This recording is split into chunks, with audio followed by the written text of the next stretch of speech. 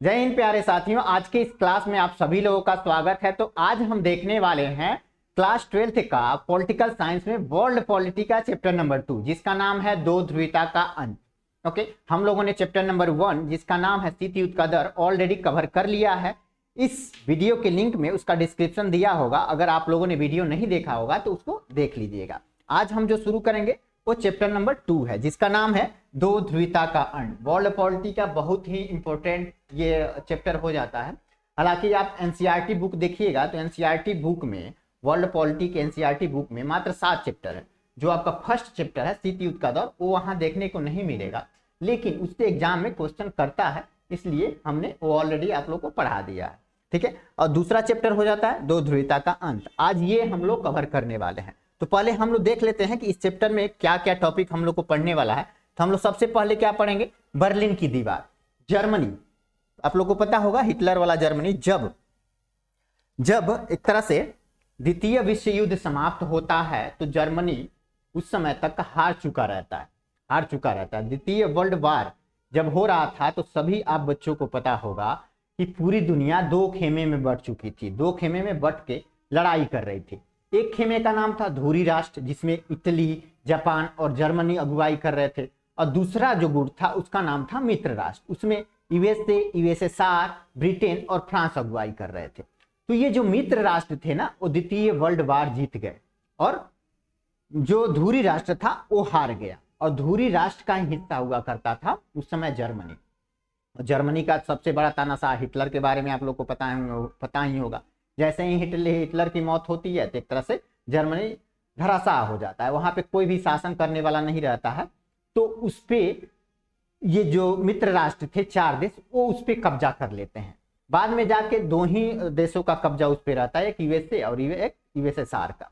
ठीक है, लेकिन 1961 जाते जाते उस पे यूएसएसआर द्वारा एक दीवार बना दिया जाता है। उसके बारे में हम लोग इस पे चर्चा करेंगे। ठीक है, उसी के बारे में हम लोग को इसमें चर्चा करना है। बर्लिन की दीवार शीत युद्ध का सबसे बड़ा प्रतीक माना जाता है। ठीक है, दूसरा टॉपिक हम पढ़ने वाले हैं दूसरी दुनिया का पतन। दूसरी दुनिया, शीत युद्ध के दौर में जब हम लोग फर्स्ट चैप्टर पढ़ रहे थे तो उसमें हम बताए थे कि पूरी दुनिया 2 हिस्सों में बटी हुई थी, 2 हिस्सों में।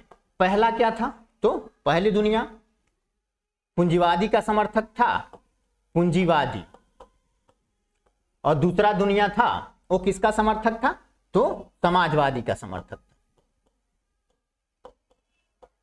समाजवादी, पूंजीवादी का अगुवाई जो कर रहा था वो यूएसए था, और समाजवादी का अगुवाई कर रहा था वो यूएसएसआर हुआ करता था। ठीक है, तो इसी में हम लोग को दूसरी दुनिया का जो पतन होता है, यूएसएसआर का जो पतन होता है, 15 देशों में टूट जाता है, उसके बारे में हम लोग को इसमें पढ़ना है। तो दूसरी दुनिया का पतन और शीत युद्ध का समाप्ति। जैसे ही दूसरी दुनिया यानी यूएसएसआर का विघटन होता है, वैसे ही शीत युद्ध समाप्त हो जाता है 1991 में। उसके बारे में चर्चा करना। फिर हम लोग पढ़ेंगे सोवियत संघ का विघटन। 1991 में सोवियत संघ का जो विघटन हुआ था उसके बारे में हम लोग को चर्चा करना है। ओके, सोवियत संघ का विघटन 15 देशों में, 1991 में सोवियत संघ 15 देशों में टूट गया था। ठीक है, 15 देशों में जाके टूट गया था। उसका जो विघटन हुआ था उसके बारे में चर्चा करेंगे। उसका कारण क्या था, किस कारण से सोवियत संघ यानी कि यूएसएसआर का विघटन हुआ, 15 देशों में टूटा, उसके बारे में पढ़ेंगे। और टूटने के बाद क्या परिणाम हुआ। एक तरह से जब मान लो एक परिवार टूटता है तो कुछ ना कुछ तो नुकसान होगी ही। यहाँ तो एक देश टूट रहा है, 15 हिस्सों में टूट रहा है, तो उसका परिणाम क्या हुआ, उसके बारे में हम लोग चर्चा करेंगे। फिर देखेंगे शॉक थेरेपी। जब यूएसएसआर का एक तरह से विघटन होता है, यूएसएसआर 15 देशों में टूटता है, तो वहां पे एक तरह से भूचाल टाइप का आ जाता है। उसकी अर्थव्यवस्था नष्ट, एकदम ध्वस्त हो जाती है। वहां जो समाजवादी सरकार में जो एक तरह से शासन प्रणाली के अंतर्गत जो भी फैक्ट्रियां, कंपनी, बड़े बड़े उद्योग धंधे थे, वो भी एक तरह से पूंजीवादी की तरफ परिवर्तन हो रहे थे। तो उस सारे फैक्ट्री, कल कारखानों का बंटवारा हो रहा था, सस्ते दामों पे बिका जा रहा था। तो ये देखते हुए आईएमएफ और विश्व बैंक के द्वारा उसी को शॉक थेरेपी का नाम दिया गया था। उसी के बारे में हम लोग पढ़ने वाले हैं। तो शॉक थेरेपी क्या था और उसके परिणाम क्या हुए थे, इसके बारे में हम लोग देखेंगे। फिर देखेंगे विघटन के बाद दुनिया के उस हिस्से से भारत का वास्ता, यानी कि यूएसएस 1991 में यूएसएसआर का विघटन होके 15 देशों में बढ़ जाता है। 15 देशों में जो मुख्य जो यूएसएसआर का उत्तराधिकारी होता है रूस, तो हम देखेंगे जो इसका मुख्य हिस्सा हुआ करता था उसके साथ भारत का क्या संबंध था और अन्य भी देशों के साथ भारत का संबंध तरह से वास्ता हम लोग यहाँ देखने वाले हैं। यानी कि ये 5 टॉपिक हम प्रॉपर तरीके से देखेंगे और बहुत ही शानदार तरीके से इस चैप्टर में कवर करने वाले हैं। तो चलो आगे हम लोग देखते हैं। पहले हम लोग शुरू करते हैं एकदम द्वितीय विश्व युद्ध से। द्वितीय युद्ध के दौर में ही हम लोगों ने एक तरह से देख लिया है कि द्वितीय विश्व युद्ध होता है सबसे पहले कब से कब तक होता है, तो ये एग्जाम में पूछता भी है, तो याद रखिएगा। द्वितीय विश्व युद्ध जो होता है 1939 से लेके 45 तक चलता है। और द्वितीय विश्व जैसे ही समाप्त होता है तो पूरी दुनिया धीरे धीरे शीत युद्ध के चपेट में आने लगती है। तो विश्व उसके बाद 2 हिस्सों में बढ़ जाता है। ठीक है, 2 हिस्सों में, एक होता है पूंजीवादी देश और एक समाजवादी देश। और जो पूंजीवादी देश होता है उसका अगुवाई कर रहा होता है अमेरिका और समाजवादी देश का अगुवाई कर रहा होता है सोवियत संघ। फिर उसी के नेतृत्व में कुछ सैन्य गठबंधन बनते हैं। जैसे मान लो अमेरिका तो लोकतांत्रिक राष्ट्र था, मतलब पूंजीवादी जो होता है एक तरह से वो लोकतांत्रिक राष्ट्र ही होता है। ठीक है, तो इसने 3 मुख्य सैन्य गठबंधन बनाया जिसमें से एक नाटो था, एक सेंटो था और एक सीटो था। NATO North Atlantic Treaty Organization जिसका फुल फॉर्म होता है, सेंटो यानी सेंट्रल ट्रीटी ऑर्गेनाइजेशन और SEATO south east Asia treaty organization. यानी कि ये जो गुट थे वो अमेरिका के गुट हुआ करते थे। और फिर जो समाजवाद राष्ट्र था यूएसएसआर, उसका एक गुट था सैन्य गुट जिसका नाम था वार्सा पैक्ट। ये सब हम चैप्टर नंबर 1 में कवर कर चुके हैं। ओके, चलिए आगे हम लोग देखते हैं। अब देखेंगे जो टॉपिक हम लोगों ने शुरू में देखा था कि क्या क्या हमें इस चैप्टर में पढ़ना है, तो उसमें सबसे पहले आया था बर्लिन की दीवार। तो बर्लिन की दीवार के बारे में पढ़ेंगे कि आखिर बर्लिन की दीवार को बनाने की जरूरत क्यों पड़ी थी। तो चलो इसको कवर करते हैं। तो हम आपसे बताए हुए थे कि जैसे ही द्वितीय विश्व युद्ध समाप्त होता है और जर्मनी की हार होती है, तो जर्मनी की हार होने के उपरांत जो मित्र राष्ट्र देश हुआ करते थे 4 देश, ब्रिटेन, फ्रांस, अमेरिका और यूएसएसआर, वो जर्मनी के पूरे हिस्से पे अपना कब्जा कर लेते हैं। यानी चारों देश के सैनिक जिस जगह लड़ाई कर रहे थे उस जगह को ही अपने कब्जे में कर लेते हैं। यानी चारों देश बांट लेते हैं आपस में जर्मनी को। मतलब नहीं होता है किसी का घर लूट के या जो सामान मिलता है वो चारों आपस में बांट लेते हैं, वैसे ही ये करते हैं। लेकिन बाद में उन चारों में से 2 ज्यादा ताकतवर थे, यूएसए और यूएसएसआर, फिर इन दोनों से अपने में ले लेते हैं कि भाई तुम चारों में हिस्सा नहीं बटेगा, सिर्फ दो ही में हिस्सा बटेगा, एक यूएसए वाला और एक यूएसएसआर वाला। तो फिर बाद में जाके 1949 में 2 ही लोगों का अधिकार रह जाता है जर्मनी पे।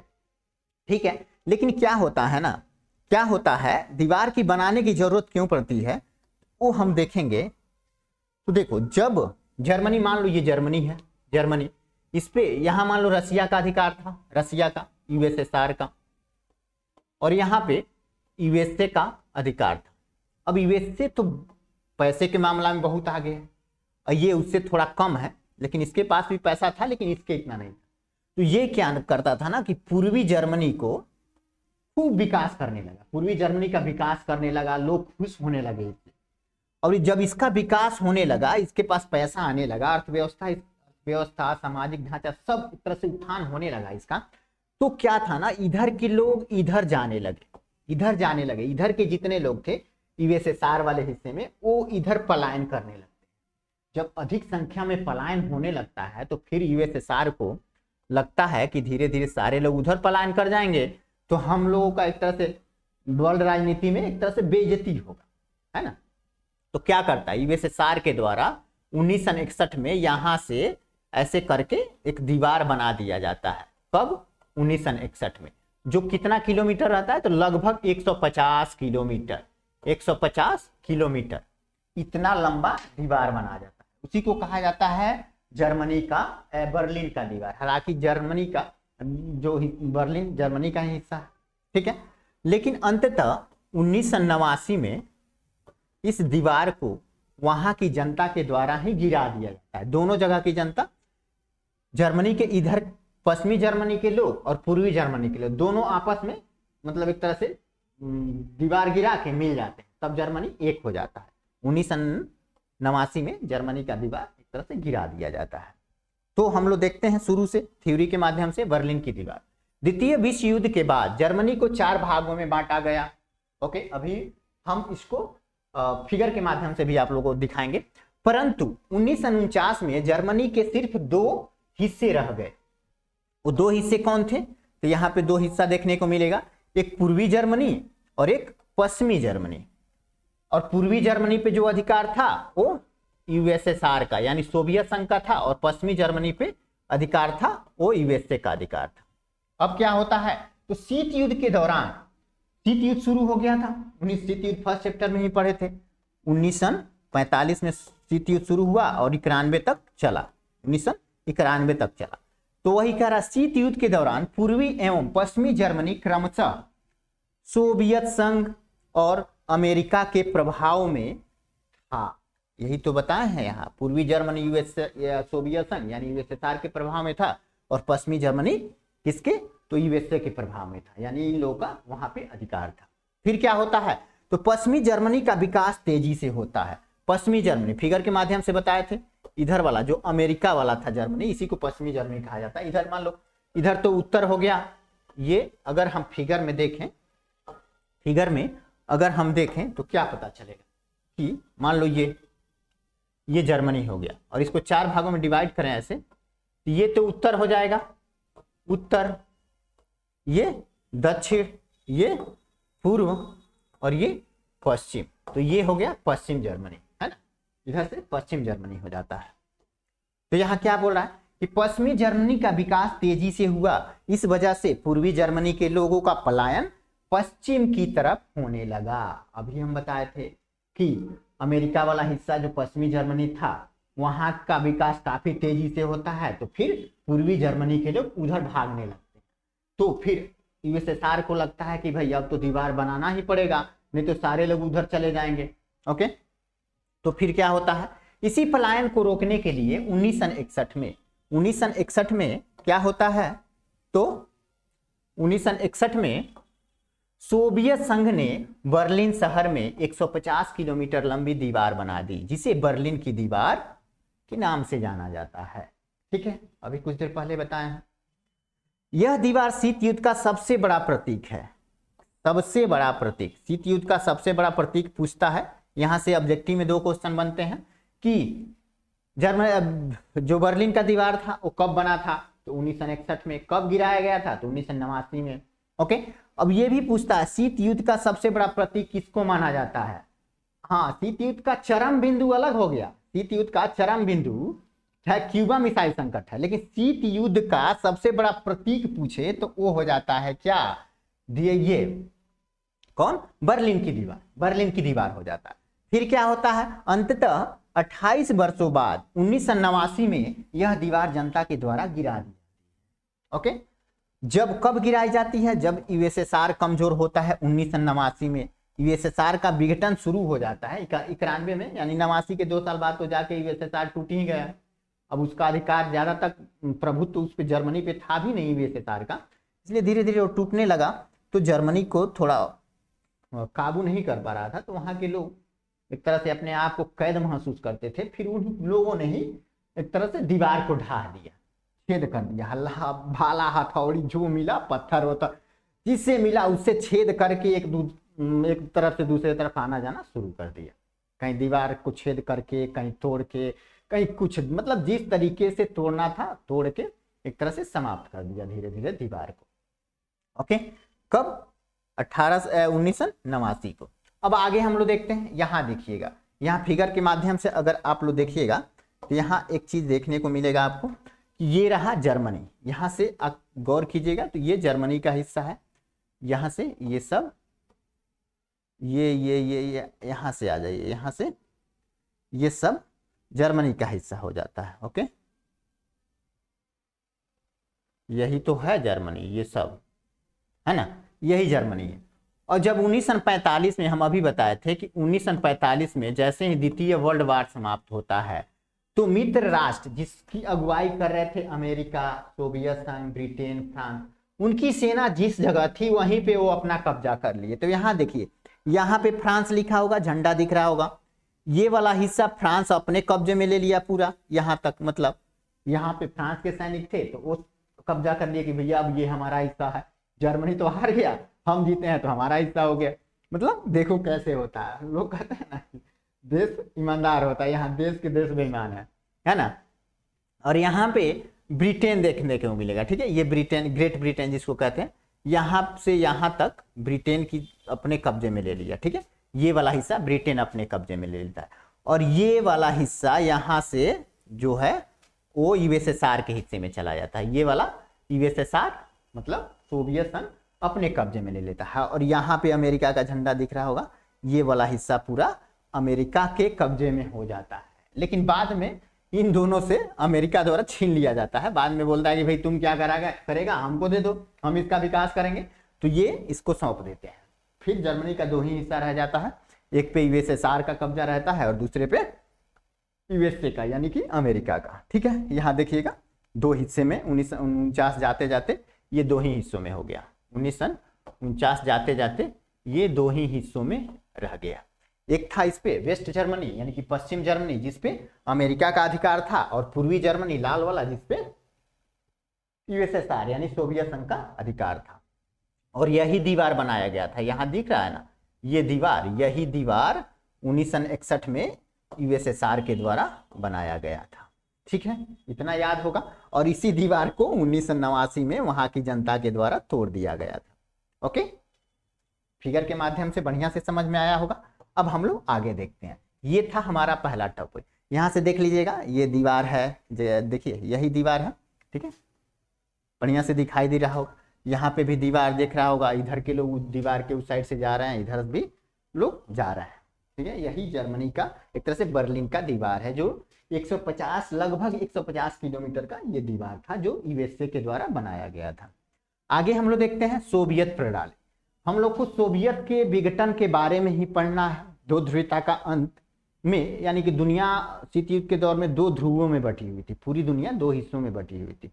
तो एक ध्रुव था अमेरिका, उसका तो अंत नहीं होता है, लेकिन दूसरा ध्रुव था सोवियत संघ, उसका अंत होता है। तो उसका जो शासन प्रणाली था, आर्थिक व्यवस्था वाला प्रणाली था, यानी कि टोटल प्रणाली यहाँ पे हम लोग देखने वाले हैं। तो सबसे पहले हम शुरू से चलते हैं 1917 में। 1917 में क्या होता है बाबू, तो देखोगे 1917 से पहले रूस में जार शासक हुआ करता था। जार शासक जिसका क्या नाम था, जार शासक जिसका नाम था निकोलस द्वितीय, निकोलस द्वितीय, ठीक है। ओके, ये वाला स रहेगा निकोलस, ऐसे सेकेंड कर दीजिए, या द्वितीय। निकोलस द्वितीय का शासन हुआ करता था रूस में, और ये जनता को एकदम कैद में रखता था, उनकी आजादी को छीन लेता था। बहुत सारे लोग भूखे मरते थे, मतलब एक तरह से गरीबी का पर चरम सीमा था कह सकते हैं। वहां पे वहां की अर्थव्यवस्था एकदम तबाह थी, पूरे लोग एकदम इससे परेशान थे, इस शासक से, जार शासकों से पूरा देश परेशान था। तभी एक नायक उभर के आते हैं, रूस में एक नायक उभर के आते हैं जिनका नाम रहता है व्लादिमीर लेनिन। क्या नाम रहता है, व्लादिमीर लेनिन। तो उनको लेनिन के नाम से ही जानते हैं। रूस में आज भी इनका बहुत ही एक तरह से पूजनीय स्थान है। जैसे हमारे देश में महात्मा गांधी को मानते हैं, वैसे ही एक तरह से रूस में इनको माना जाता है, लेनिन। ये आते हैं और जनता के दुखों को समझते हैं और फिर वहां पे क्रांति कर देते हैं। 1917 में क्रांति होता है जिसका नाम होता है क्या, बोल्शेविक क्रांति। बोल्शेविक क्रांति, बोल्शेविक क्रांति। कभी कभी पूछता है बोल्शेविक क्रांति कब हुई थी, तो ये हुआ था 1917 में। तो किसके नेतृत्व में, तो इन्हीं के नेतृत्व में हुआ था। इनके नेतृत्व में, तो व्लादिमीर पुतिन नहीं, लेनिन के नेतृत्व में। अभी व्लादिमीर पुतिन है वहां के राष्ट्रपति, इसलिए उनका नाम बार बार, ठीक है। तो 1917 में वहां पे एक समाजवादी क्रांति होती है, यानी कि पूरी समाज ही परेशान था जार शासकों से। सब गरीबी की मार झेल रहे थे। किसी के पास बहुत ज्यादा पैसा था तो किसी के पास खाने के लिए पैसा नहीं था। तो वहां की जनता एकदम ऊब चुकी थी।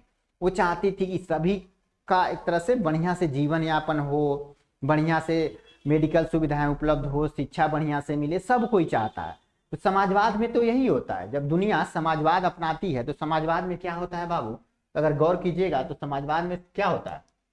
तो मान लो किसी के पास 100 रुपया है, किसी के पास 5 रुपया है, और किसी के पास 2 रुपया है, किसी के पास 1 को रुपया नहीं है, 0 है, किसी के पास 1 रुपया है, ऐसे करके रुपया है। ये पूंजीवादी वाले देश हैं, उनके पास ही वाली स्थिति होती है। लेकिन समाजवाद में क्या होता है ना, इसके पास 100 रुपया है तो इससे 20-20 रुपया लेके इस 500 में बांट दिया जाएगा। मतलब सबके पास बराबर वाला हिस्सा हो जाएगा, बराबर वाला, मतलब जिस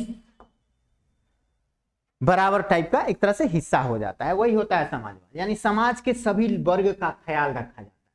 ठीक है। धन का मालिक, जो संपत्ति का मालिक होता है, कोई नहीं होता है, एक तरह से जनता होती है। यानी कि एक तरह से कहेंगे पूरा देश होता है, पूरा देश। ठीक है। तो क्या होता है 1917 में, अभी बताया कि बोल्शेविक क्रांति होती है और वहां के जार शासक का अंत हो जाता है। जार शासक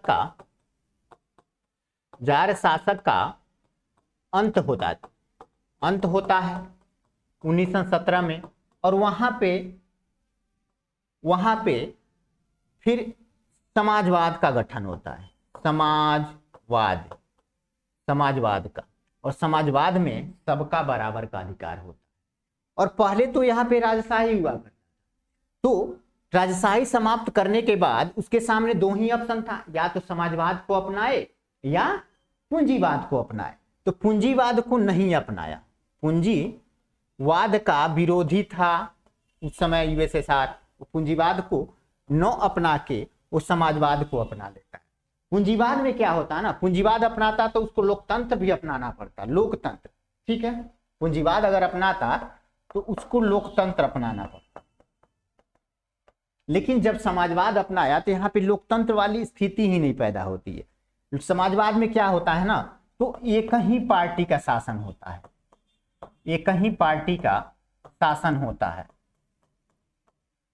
और आप लोकतंत्र देखिएगा, जिस देश में लोकतंत्र है, जैसे भारत में ही अभी लोकतंत्र है, तो भारत में बहुत सारी पार्टियों का शासन होता है। यहाँ 2 या अधिक पार्टियों का शासन होता है, जैसे बहुत सारी पार्टियां रहती हैं। अब देखिएगा भारत में, जैसे लोकतांत्रिक देश है भारत, तो भारत में बहुत सारी पार्टियां हैं, जैसे कांग्रेस है, बीजेपी है, बहुजन समाजवादी पार्टी है, जनता दल है, बहुत सारी पार्टियां पूरे देश में काउंट करोगे तो हजारों पार्टी, मतलब छोटे छोटे से लेके बड़े हजारों पार्टियां। ठीक है। जो चुनाव जीतता है वही अपने हिस्से पे, मान लो केंद्र में जो चुनाव जीता वो केंद्र का शासन चलाता है, राज्य में जो चुनाव जीता राज्य का शासन चलाता है, प्रधान मुखिया का चुनाव जीता तो मुखिया का शासन चलाता है। तो ये सब क्या है, लोकतंत्र है। यानी यहाँ पे बहुत सारी पार्टियां। लेकिन समाजवाद में होता है ना, समाजवाद में एक ही पार्टी का शासन होता है और एक ही पार्टी से, उसी पार्टी में से किसी को राष्ट्रपति बनाया जाता है, किसी को प्रधानमंत्री बनाया जाता है, किसी को मंत्री बनाया जाता है, मतलब हर पोस्ट उसी पार्टी से दिया जाता है। यहाँ एक चीज फायदेमंद लगेगा कि सबको बराबर का अधिकार दिया जाता है, धन संपत्ति, मेडिकल सुविधाएं, शिक्षा, ये सब में बराबर का अधिकार दिया जाता है। लेकिन यहाँ पे अभिव्यक्ति की आजादी नहीं रहती। अपनी मर्जी से यहाँ पे राष्ट्रपति नहीं चूज कर सकते, प्रधानमंत्री नहीं चूज कर सकते, सरकार के खिलाफ कुछ बोल ही नहीं सकते। बोल के क्या कीजिएगा, यहाँ तो बोलते रहिए, कोई सुनने वाला नहीं रहेगा समाजवाद में। ये उसकी कमियां हो जाती हैं। ठीक है। तो यहाँ ध्यान रखने वाली बात है कि यूएसएसआर एक तरह से 1917 में बोल्शेविक क्रांति होती है और रूस में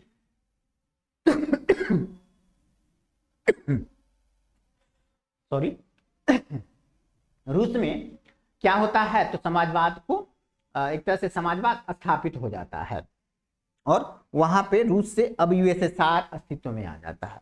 अब यहाँ देखेंगे सोवियत प्रणाली यहाँ से पढ़ने वाले हम लोग। 1917 में रूस में हुई समाजवादी क्रांति के बाद सोवियत संघ अस्तित्व में आता है। ठीक है। पहले रूस हुआ करता था, लेकिन जब यहाँ पे 1917 में रूस में समाजवादी क्रांति होती है जार शासक के खिलाफ, तब वहां पे सोवियत संघ का अस्तित्व आता है, यानी सोवियत संघ पैदा होता है। और जो पैदा होता है उसका अंत तो होगा ही, है ना।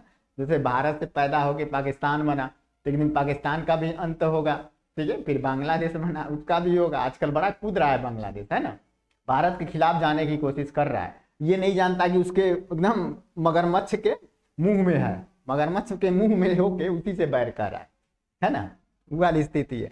यह क्रांति पूंजीवादी का विरोधी था। जो क्रांति हुआ था लेनिन के नेतृत्व में, बोल्शेविक क्रांति, वो क्रांति क्या था, पूंजीवाद का विरोध कर रहा था और समाजवाद के आदर्शों से प्रेरित था, यानी समाजवाद को अपनाना चाहता था और पूंजीवाद को त्याग देना चाहता था। समाजवादी व्यवस्था था सोवियत प्रणाली में, वहां पे समाजवादी व्यवस्था था और सोवियत प्रणाली में राज्य को प्राथमिक महत्व दिया गया। यहां कहने का सीधा मतलब क्या है कि जैसे भारत में 28 राज्य हैं और 28 राज्य में सब जगह अलग अलग मुख्यमंत्री हैं, वहां पे अलग अलग पार्टियों का शासन है, लेकिन सभी राज्यों को मिला के एक बना दिया गया, वहां पे एक पार्टी का ही अधिकार स्थापित कर दिया गया। ठीक है, ये हो जाता है। अब देखो यहाँ पे प्राथमिक महत्व किसको दिया गया, सोवियत संघ में राज्य को, राज्य देखो अंतरराष्ट्रीय लेवल पे देश को राज्य बोला जाता है, देश को राज्य बोला जाता है। ठीक है, यहाँ देश भी आप कर सकते हो, यहाँ देश कर सकते हो। जब अंतरराष्ट्रीय लेवल की बात हो रही हो तो देश को राज्य से संबोधित किया जाता है ना। तो क्या होता है, समाजवादी व्यवस्था सोवियत प्रणाली में, समाजवादी व्यवस्था सोवियत प्रणाली में यहाँ था नहीं होगा, सोवियत प्रणाली में राज्य को प्राथमिक महत्व दिया गया तथा इस प्रणाली के केंद्र में कम्युनिस्ट पार्टी थी, यानी कि यहाँ पे एक ही पार्टी थी और उसी का शासन समाजवाद में चलता रहा। उस पार्टी का नाम था कम्युनिस्ट पार्टी। इसका नाम याद रखिएगा क्योंकि यूएसएसआर का गठन हुआ, तो यूएसएसआर के गठन होने के बाद वहाँ समाजवाद अपनाया गया और जब समाजवाद अपनाया गया तो उस समाजवाद को चलाने के लिए एक ही पार्टी थी, उस पार्टी का नाम था कम्युनिस्ट पार्टी। अभी हमारे देश को कौन पार्टी चला रहा है, तो एनडीए सरकार, एनडीए पार्टी यानी बीजेपी पार्टी के द्वारा हमारे देश को चलाया जा रहा है। हो सकता है नेक्स्ट या उसके नेक्स्ट कांग्रेस चलाए, मतलब हर जब चुनाव आएगा तो कुछ ना कुछ परिवर्तन देखने को मिलेगा, लेकिन यहाँ पे तो एक ही पार्टी है, यहाँ पे चुनाव ना कुछ भी आए उसी पार्टी का सरकार बनेगा। यही होता है समाजवाद। आगे हम लोग देखते हैं, इसमें किसी अन्य राजनीतिक दल या विपक्ष के लिए जगह नहीं था। यहाँ पे एक ही पार्टी था, इसलिए यहाँ पे अन्य राजनीतिक दल नहीं थे, अन्य विपक्षी के लिए कोई जगह नहीं था।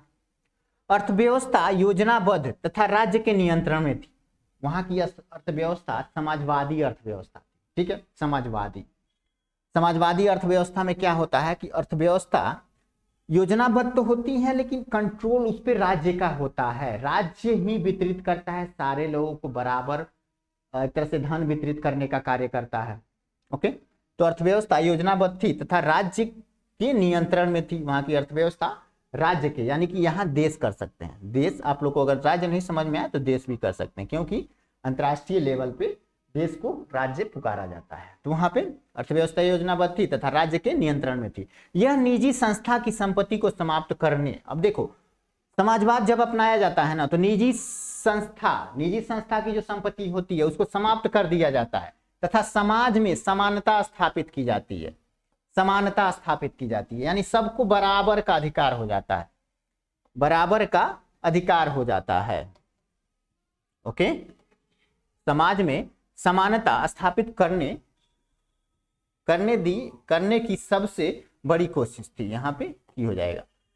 ओके, तो समाज में समानता स्थापित करने की सबसे बड़ी कोशिश थी। अब आगे हम लोग देखते हैं, अब देख लेंगे। देखो ये हम लोग क्या पढ़े हैं अभी, सोवियत प्रणाली। सोवियत प्रणाली में हम लोग क्या पढ़ते हैं कि 1917 में रूस में समाजवादी क्रांति होती है, उसके बाद सोवियत संघ का अस्तित्व आता है, यानी यूएसएसआर का अस्तित्व आता है। फिर वहां पे पूंजीवाद का विरोध होता है और समाजवाद का एक तरह से अपनाया जाता है, समाज से प्रेरित होके अपनाया जाता है।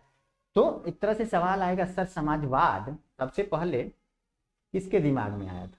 कार्ल मार्क्स का नाम सुना होगा, कार्ल मार्क्स, उसी ने समाजवाद का एक ढांचा गढ़ के दुनिया के सामने प्रस्तुत किया था कि ऐसे समाजवाद में मतलब इस प्रकार का एक समाज होना चाहिए जिसमें सबको बराबर का अधिकार होना चाहिए, एक कमाए दसों खाए, ये वाली स्थिति उसमें थी।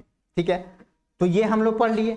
समाजवादी व्यवस्था सोवियत प्रणाली में राज्य को प्राथमिक महत्व दिया गया, जो एक ही पार्टी थी, यानी कि कम्युनिस्ट पार्टी।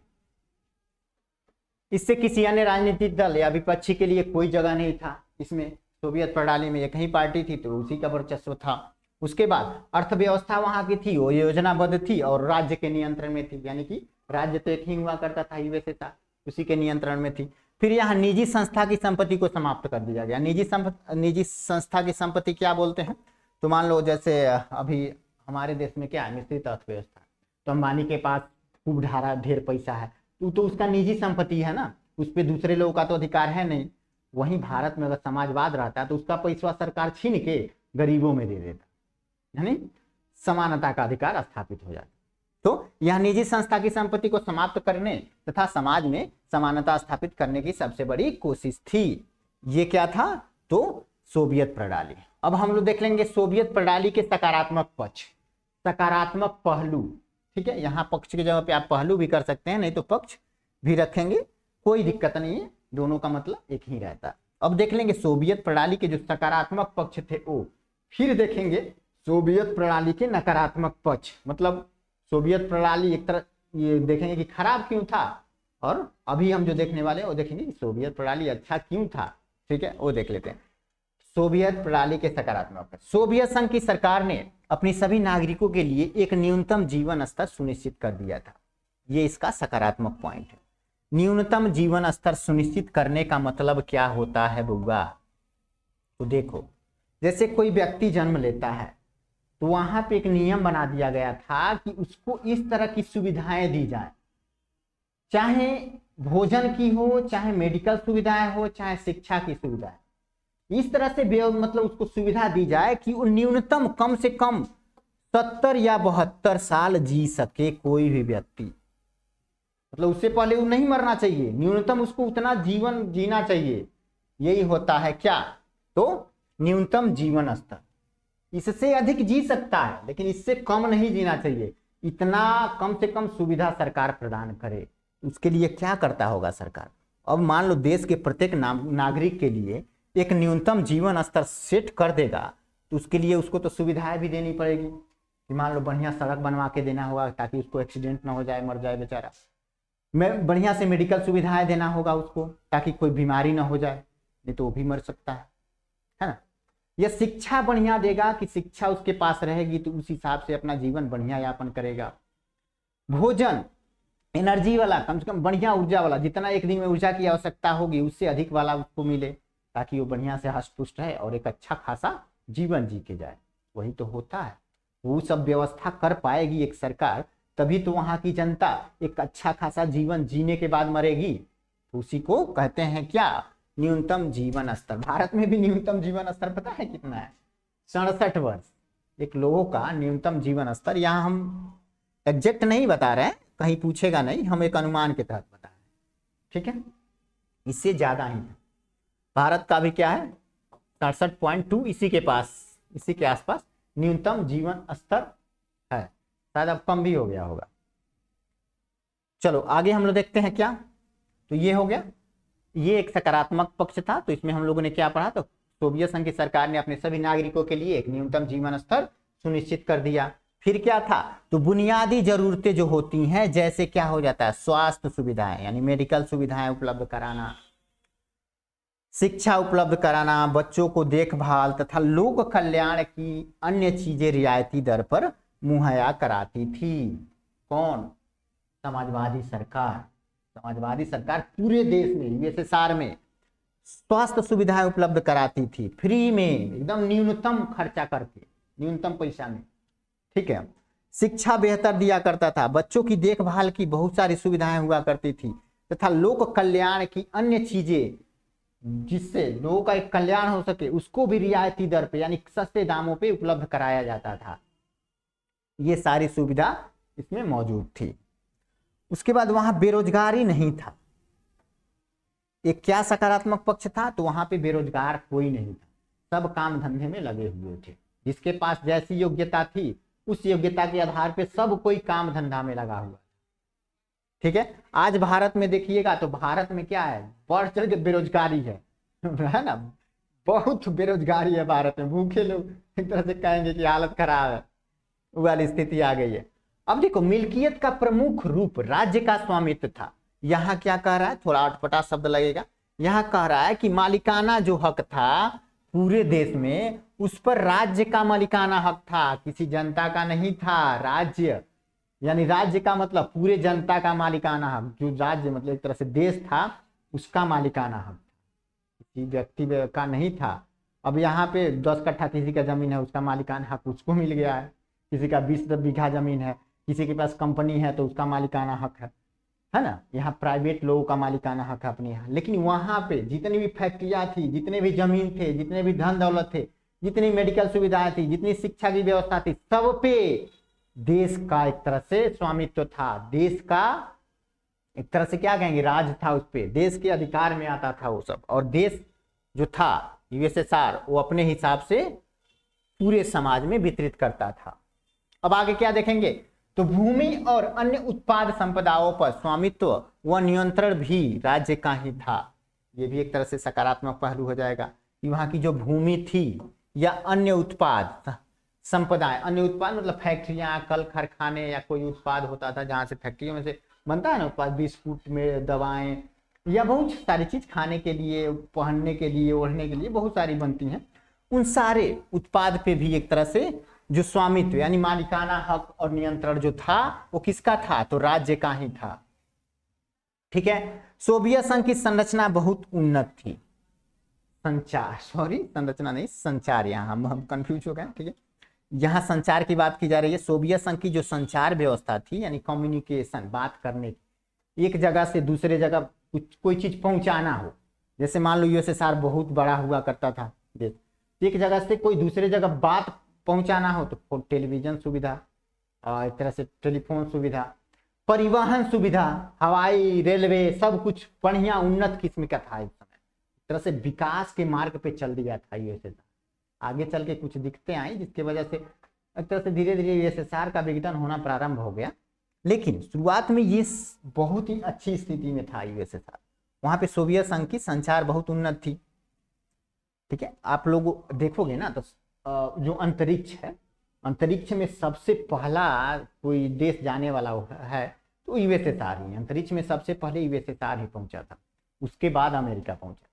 वो किसके वजह से, इसी के वजह से, उन्नत संचार की वजह से, है ना। टेक्नोलॉजी बढ़िया है उसके पास। अब आगे देखते हैं, इसकी अर्थव्यवस्था अमेरिका के बाद दूसरी सबसे ज्यादा विकसित थी। पूरी दुनिया में सबसे बड़ा, सबसे ज्यादा धन किसी के पास है तो अमेरिका का है, उसके पास दूसरा नंबर आता था। मतलब अमेरिका के बाद दूसरा नंबर अगर आता था किसी के पास, वो था यूएसएसआर। फिर दूर दराज के इलाकों में आवागमन की उन्नत सुविधा थी। अब यूएसएसआर के देखोगे तो लगता है कि आधा दुनिया उगे छिकले यूएसएसआर है। वर्ल्ड मैप पे देखोगे तो सबसे बड़ा देश है यूएसएसआर। एक तरह से रसिया ही, अभी तो छोटा हो गया है तो रसिया ही सबसे बड़ा दिखता है, लेकिन उस समय तो 15 देश थे जो अलग अलग हो गए, वो कितना बड़ा दिखता होगा, है ना।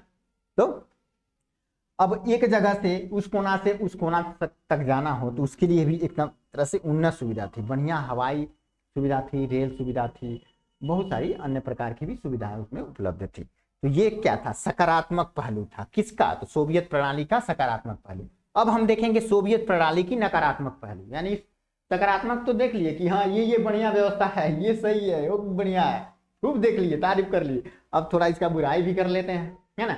इसकी जो नकारात्मक पहलू थी वो देख लेते हैं, तब ये तो जाके टूटा, यही दिक्कत थी ना। तब नहीं तो अगर उसमें नकारात्मक विशेषताएं नहीं होती, नकारात्मक पहलू नहीं होता तो ये थोड़ी नहीं टूटता।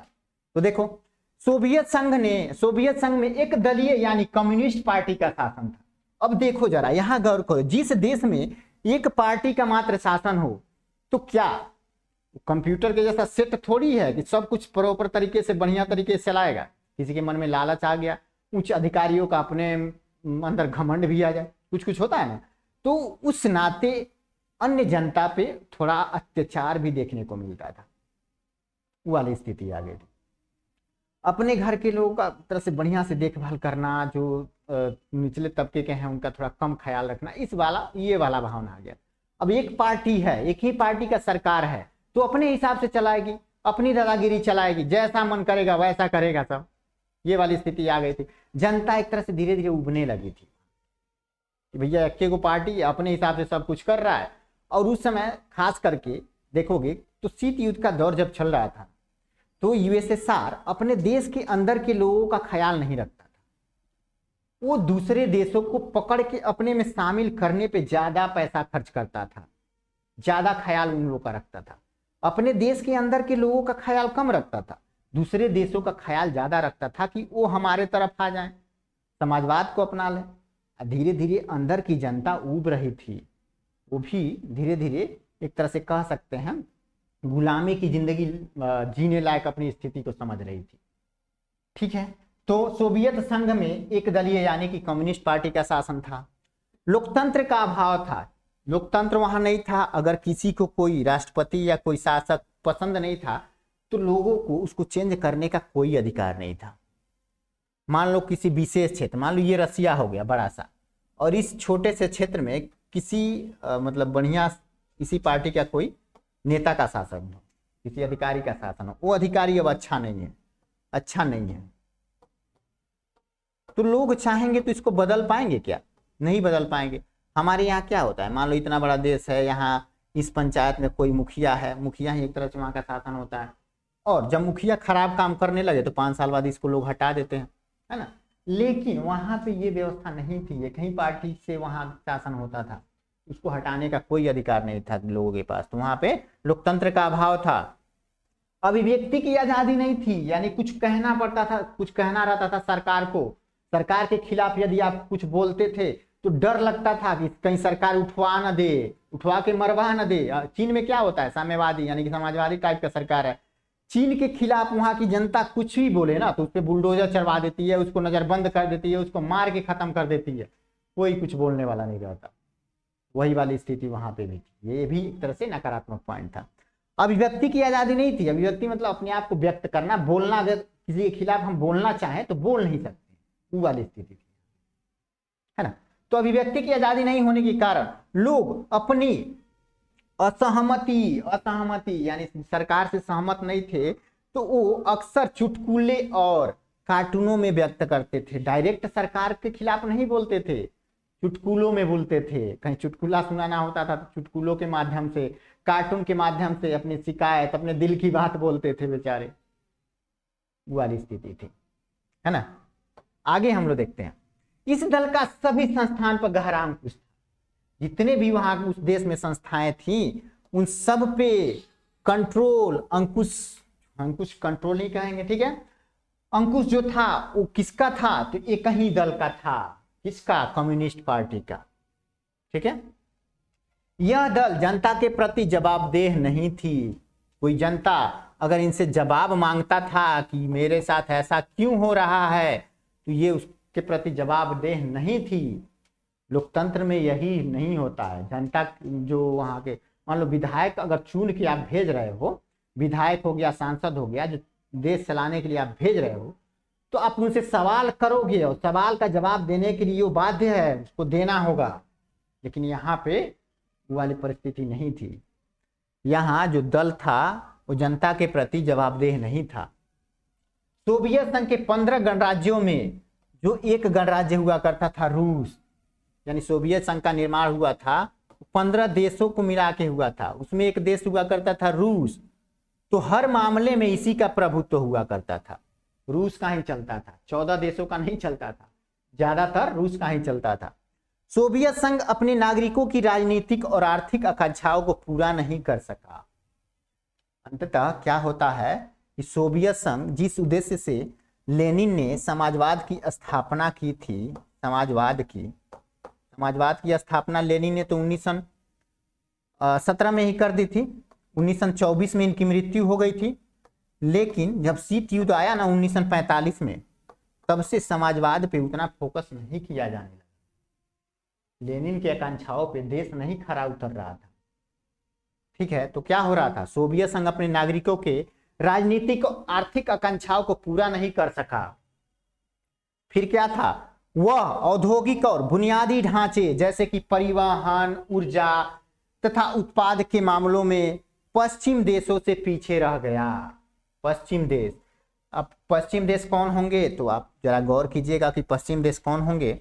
तो मान लो ये यूएसएसआर हो गया, अब यूएसएसआर के पश्चिम तो इधर कौन सा देश है, तो यूरोप है, यूरोप, और शीत युद्ध के दौर में पूरा यूरोप दो हिस्सों में बटा था, ये पश्चिमी यूरोप और ये पूर्वी यूरोप।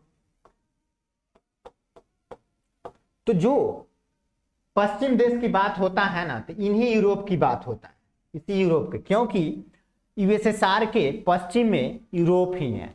तो उस समय, जिस समय की हम बात कर रहे हैं, उस समय यहाँ जो पश्चिम देश थे वो काफी विकास कर रहे थे। हम शीत युद्ध के दौर जब पढ़ा रहे थे तो उस समय बताए होंगे कि अमेरिका के द्वारा एक मार्शल योजना लाया गया था, और उस मार्शल योजना के द्वारा यूरोप के जो एक तरह से अर्थव्यवस्था में पिछड़े देश थे, उनकी अर्थव्यवस्था के उत्थान के लिए अमेरिका के द्वारा आर्थिक सहायता की जा रही थी। उस आर्थिक सहायता के माध्यम से वहां के देश विकास कर रहे थे काफी तेजी से, लेकिन वहीं यूएसएसआर विकास नहीं कर पा रहा था, जिससे जनता के अंदर धीरे धीरे आक्रोश पैदा हो रही थी। ठीक है, तो वही है, पश्चिम देशों से पीछे रह गया था कौन? यूएसएसआर। किस मामला में? औद्योगिक और बुनियादी ढांचों के मामला में, उत्पाद के मामला में, इन सब मामला में यूएसएसआर उस समय जो पश्चिम देश यानी कि यूरोप देश हुआ करते थे, यूरोप, अमेरिका भी उसी के पश्चिम है, उसको भी ले लो, उन सब से पीछे रह गया था यूएसएसआर। ठीक है, तो ये उसका नकारात्मक पॉइंट है। अब हम लोग देख लेते हैं दूसरी दुनिया। कभी कभी पूछ देता है कि दूसरी दुनिया किसे कहते हैं, या दूसरी दुनिया के बारे में वर्णन कीजिए, उसके बारे में थोड़ा सा हम लोग चर्चा कर लेते हैं। ठीक है, तो पूर्वी यूरोप के वे सभी देश, यूरोप, मान लो यूरोप, अभी बताया है कि यूरोप शीत युद्ध के दौर में दो हिस्सों में बट गया था, एक ये तो पश्चिम हो गया ना, पश्चिमी यूरोप और एक पूर्वी यूरोप। क्या? तो पूर्वी यूरोप। ओके, तो यहां किसकी बात हो रहा है? तो पूर्वी यूरोप जो यूएसएसआर के साथ थे। ठीक है, यूएसएसआर के साथ थे, ये तो अमेरिका के साथ थे। तो पूर्वी यूरोप के वे सभी देश जिन पर सोवियत संघ का नियंत्रण था, उन देशों की राजनीतिक और सामाजिक व्यवस्था को सोवियत प्रणाली की तर्ज पर ढाला गया। ओके, इन्हीं समाजवादी खेमे के देश या दूसरी दुनिया कहा जाता है। किसको? तो जो समाजवाद को अपनाए, यहां सीधे तौर पे हम लोग कह सकते हैं कि यूएसएसआर और उसके सहयोगी पश्चिम यूरोप के देश जो समाजवाद को अपना लिए थे, उन्हीं को दूसरी दुनिया कहा गया। ठीक है, पहली दुनिया तो अमेरिका और अमेरिका के सहयोगी देश जो पूंजीवाद का समर्थक थे, उनको कहा गया, और दूसरी दुनिया समाजवाद के जो समर्थक थे, जो यूएसएसआर के पक्ष में थे, उनको कहा गया। और उसके बाद एक और तीसरी दुनिया बनी थी, जिसको गुटनिरपेक्ष आंदोलन के नाम से जाना गया। ठीक है, ये सब हम पिछले चैप्टर में कवर कर चुके हैं। अगर आप बढ़िया से पहला चैप्टर कवर नहीं कर पाइएगा तो इसमें थोड़ा वर्ड को समझने में दिक्कत होगी, तो इससे अच्छा है कि आप फर्स्ट चैप्टर कवर करने के बाद इसको पढ़ें तो ज्यादा बेटर होगा। तो दूसरी दुनिया किसे कहा गया? तो पूर्वी यूरोप के वे सभी देश जिन पर सोवियत संघ का नियंत्रण था, उन देशों की राजनीतिक और सामाजिक व्यवस्था को सोवियत प्रणाली की तर्ज पर ढाला गया। सोवियत प्रणाली की तर्ज क्या था? तो समाजवादी व्यवस्था थी। ठीक है, इन्हीं समाजवादी खेमे के देश या दूसरी दुनिया कहा जाता है। इन्हीं को समाजवादी खेमे के देश या दूसरी दुनिया कहा जाता है। आगे हम लोग देख लेते हैं बोल्शेविक क्रांति। कभी कभी बोल्शेविक क्रांति के बारे में पूछ लेता है, बहुत इंपॉर्टेंट क्वेश्चन है, बढ़िया से बनता है ये। ठीक है, तो यह देख लेते हैं। यह रूस के क्रांतियों में से एक था।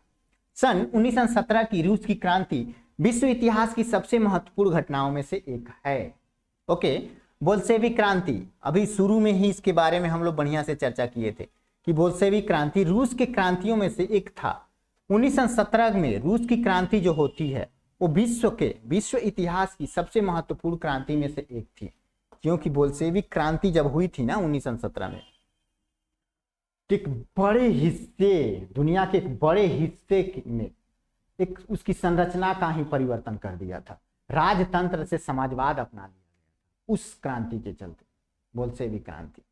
ठीक है, इसलिए ये बहुत ही महत्वपूर्ण हो जाता है। ओके, इसके परिणाम स्वरूप रूस में जार के स्वेच्छाचारी शासक का अंत हो गया। वहां पे हम बताए थे कि 1917 से पहले वहां पे जार शासक हुआ करते थे, और वे स्वेच्छाचारी यानी वहां पे राजतंत्र हुआ करता था। स्वेच्छाचारी का मतलब राजतंत्र नहीं होता एक तरह से।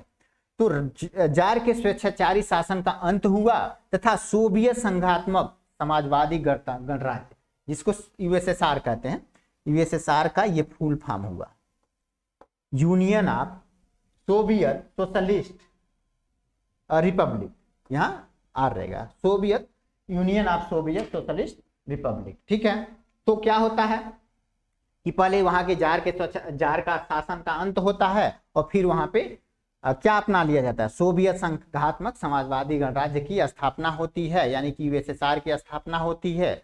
यह क्रांति दो भागों में हुई थी, एक कब हुआ था तो मार्च 1917 में और दूसरा अक्टूबर 1917 में। कौन सी क्रांति, तो बोल्शेविक क्रांति। तो बोल्शेविक क्रांति के बारे में इतना आप लोग को पता होना चाहिए। आगे हम लोग देखते हैं, पहली क्रांति के बाद अस्थायी सरकार बनती है। जो मार्च 1917 में बोल्शेविक क्रांति होती है तो उसके बाद वहां पे अस्थायी सरकार बनती है, यानी कि अस्थायी वाली सरकार नहीं बनती है। फिर अक्टूबर वाली क्रांति में अस्थायी यानी कि अस्थायी सरकार को हटाकर कम्युनिस्ट पार्टी जो थी उसका सरकार बनाया जाता है। ठीक है, उसका अस्थायी सरकार बनी, कम्युनिस्ट पार्टी की अस्थायी सरकार बनी। ठीक है, अस्थायी सरकार बनी। अब देख लेते हैं मिखाइल गोर्बाचोव, वहां पे अभी 1922 में जाके वहां पे बढ़िया से शासन प्रणाली बनाया जाता है, तब जाके अस्थायी सरकार वहां पे बनती है। अब हम देख लेंगे मिखाइल गोर्बाचोव। मिखाइल गोर्बाचोव जो 1980 के दशक में यानी 1985 में यूएसएसआर के राष्ट्रपति बनते हैं और राष्ट्रपति बनने के उपरांत ठीक है, वहां पे धीरे धीरे कुछ नियम में परिवर्तन करना चाहते हैं। वहां पे ग्लासनोस्ट और पेरेस्ट्रोइका नियम लागू करते हैं और नियम लागू करने के उपरांत वहां पे जनता को कुछ आजादी मिलती है, वहां की अर्थव्यवस्था को कुछ अलग तरीके से ढालने की कोशिश किया जाता है। इस कोशिश में वहां पे धीरे धीरे लोगों के अंदर आजादी का एक तरह से भावना जगने लगता है, और जब आजादी का भावना लोगों के अंदर जगने लगेगा तो धीरे धीरे यूएसएसआर के पतन के तरफ जाना प्रारंभ हो जाएगा। तो हम कल इस यहाँ से स्टार्ट करेंगे। ठीक है, अभी हम लोग यहाँ रहने देते हैं। ठीक है, यहां तक हम लोग रहने देते हैं, कल हम लोग यहां से पढ़ेंगे सोवियत संघ का मिखाइल गोर्बाचोव के बारे में, जो 1985 के दशक में आते हैं और वहां पे एक पेरेस्ट्रोइका और ग्लासनोस्ट दो तरह से सूत्र देते हैं यूएसएसआर में, और उस सूत्र का मतलब होता है, ग्लासनोस्ट का मतलब कि एक तरह से नई आर्थिक व्यवस्था का उत्थान किया जाए, पेरेस्ट्रोइका मतलब एक तरह से समाज में ढीला, कुछ नियम कानून में ढीला दिया जाए, इस टाइप का जो हम कल यहाँ से एक तरह से प्रारंभ करेंगे मिखाइल गोर्बाचोव से। आज यहीं रहने देते हैं। अगर आप लोग को वीडियो अच्छा लगा हो तो इसको लाइक, सब्सक्राइब एंड अपने दोस्तों में शेयर कर दीजिए, और थैंक्स फॉर वॉचिंग।